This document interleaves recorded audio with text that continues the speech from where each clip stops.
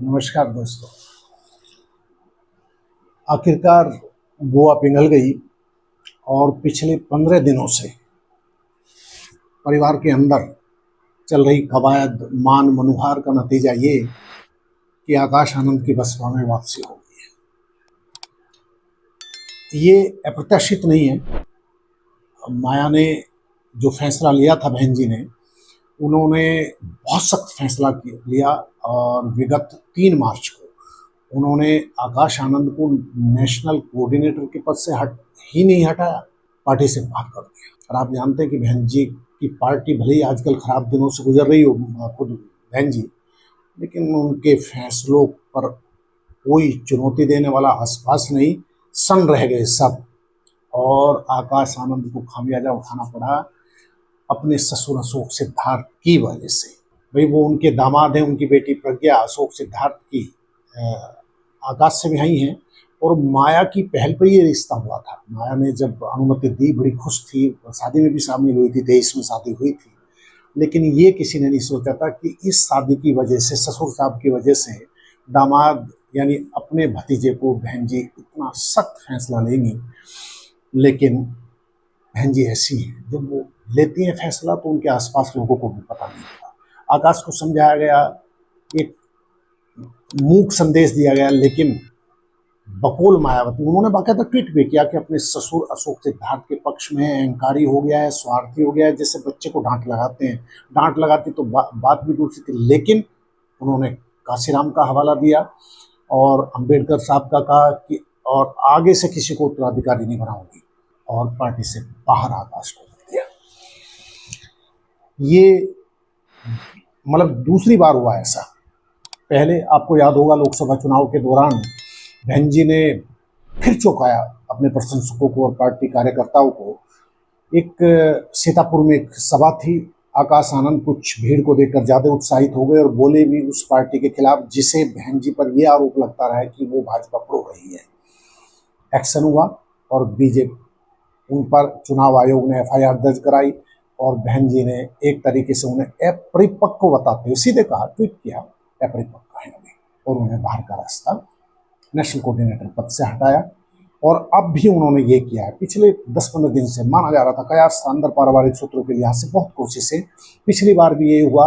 बहन जी को कहा गया, उनके भाई आनंद के पिता, आकाश आनंद के पिता आनंद कुमार, जो बिल्कुल इस समय परिवार के लिहाज से भी माता पिता के बाद, दोनों ही माता पिता नहीं है बहन जी के, तो सबसे भरोसेमंद बंदे हैं। उनके एक तरीके से दिल में भी हैं और उनके सब कुछ काम, चुनावी संबंधित, यात्राएं संबंधित, वो आनंद जी देखते हैं।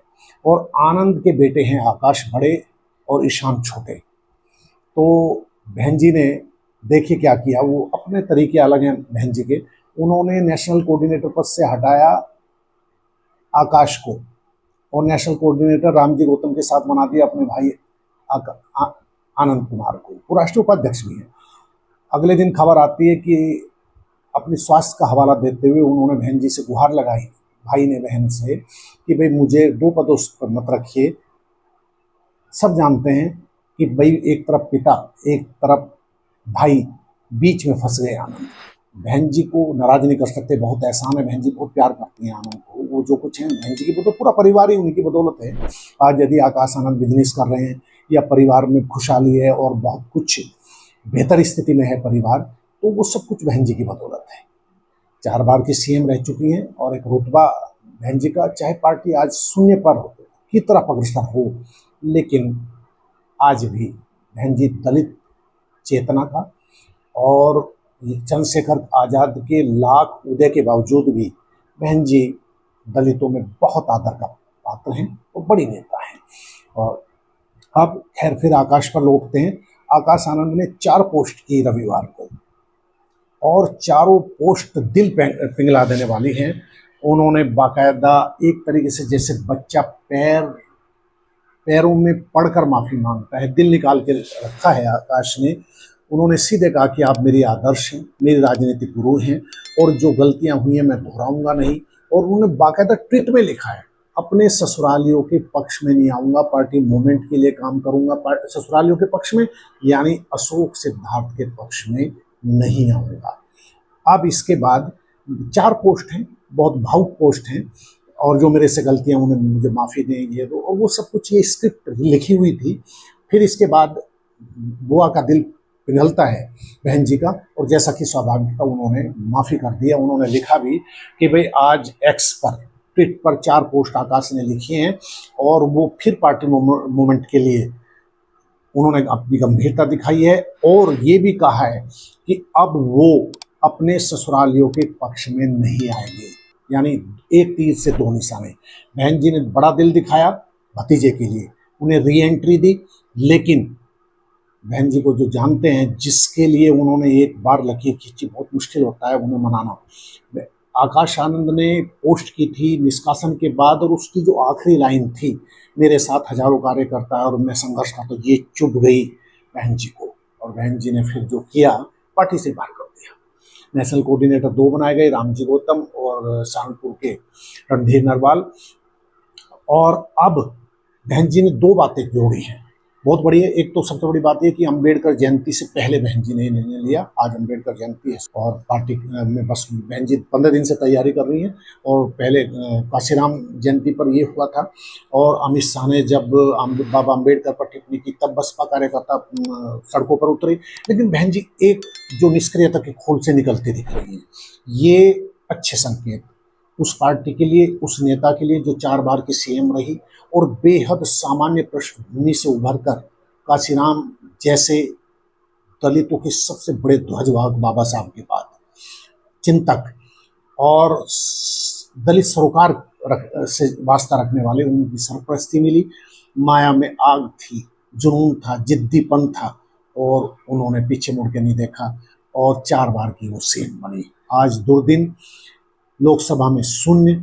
बड़े बड़े नेता रामवीर उपाध्याय से लेके नसीमुद्दीन सिद्दीकी से लेके मतलब जो है स्वामी प्रसाद मौर्य से लेके दिग्गज साथ छोड़ चुके, लेकिन बहन जी हैं कि जीवट फिर पॉजिटिव संकेत मिले हैं इस साल। अमित शाह का विरोध का बात हो, जिस भाजपा के लिए उन्होंने बहुत बड़ी कीमत चुकाई है भाजपा प्रो होने की, उन पर ठप्पा लगता रहा।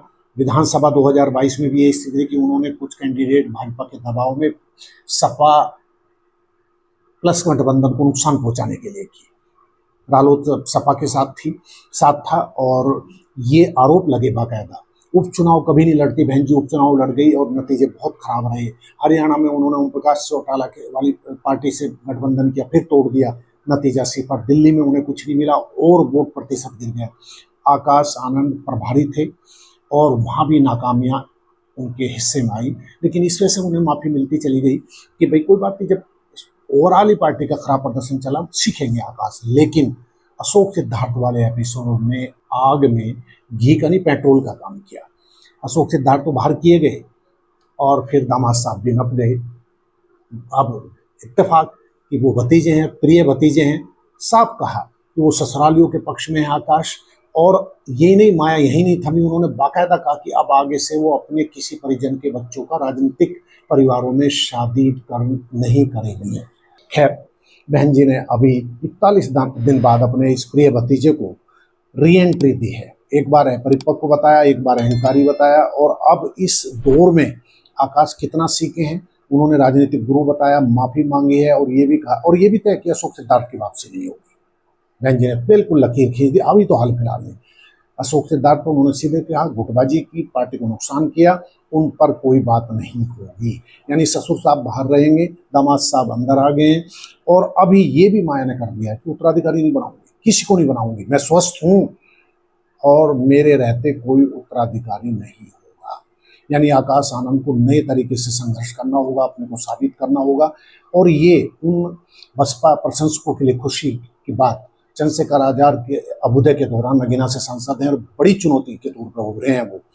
बहन जी के लिए खासा नुकसान पहुंचाया उन्होंने। एक वर्ग यूथ का उनके पास है। बहन जी निकली हैं खोल से, कार्यकर्ताओं को गांव जाने के निर्देश दिए गए हैं, 2 कोऑर्डिनेटर बना दिए गए हैं, फिर भाईचारा कमेटी की तरफ लौट रही हैं बहन जी। यानी अच्छे संकेत। यानी 27 में आप उम्मीदें लगा सकते हैं इस बीते कल की दिग्गज राजनेता से। चूंकि नहीं है बहन जी अभी, बस उन्हें संवाद करना होगा, रैलियां करनी होगी, और एक अपने तौर तरीके। अभी कोई मीडिया प्रभारी नहीं है, किसी की हिम्मत नहीं बहन जी के अलावा कोई एक शब्द भी बोल दे, और आना जाना, पार्टी से किसको कब बाहर कर दें, कब अंदर, ये इस पर एक स्पष्ट संदेश देना पड़ेगा। और आकाश आनंद अब आए हैं, ये बहन जी की मजबूरी भी है, किसको लाएं, उनके पास आज़ाद की काट के लिए कोई पार्टी में नंबर 2 है ही नहीं कोई। तो आकाश आनंद थे, उन्हें 2 बार बाहर कर चुके हैं, परिपक्व को बता चुके हैं, अहंकारी बता चुके हैं। अब आकाश के ऊपर है कि वो प्रवाज किस तरह बढ़ते हैं, कितना इस 2 आउटिंग से, 2 बार जो क्लीन बोल्ड हुए हैं उससे कितना सीखा है उन्होंने। उम्मीद कर रहे हैं, आकाश आनंद पढ़े लिखे हैं, भाषण में अच्छा लोग उन्हें सुनते हैं, और एक तरीके से बहन जी के वो भविष्य के सितारे हैं। वो भाई भला ही कहें बहन जी की वो नेशनल कोऑर्डिनेटर नहीं बनाएंगे या उत्तराधिकारी अब नहीं बनाएंगे, लेकिन आकाश यदि परफॉर्म करते हैं तो बहन जी का दिल इससे भी ज़्यादा भी मिल सकता है। आप हम सबके लिए और पार्टी के से जुड़े प्रशंसकों के लिए, कार्यकर्ताओं के लिए अच्छी खबर। और बहन जी ने दिखाया है कि अभी उन्हें चौका मत मानिए, 27 का समर शेष है अभी। नमस्कार।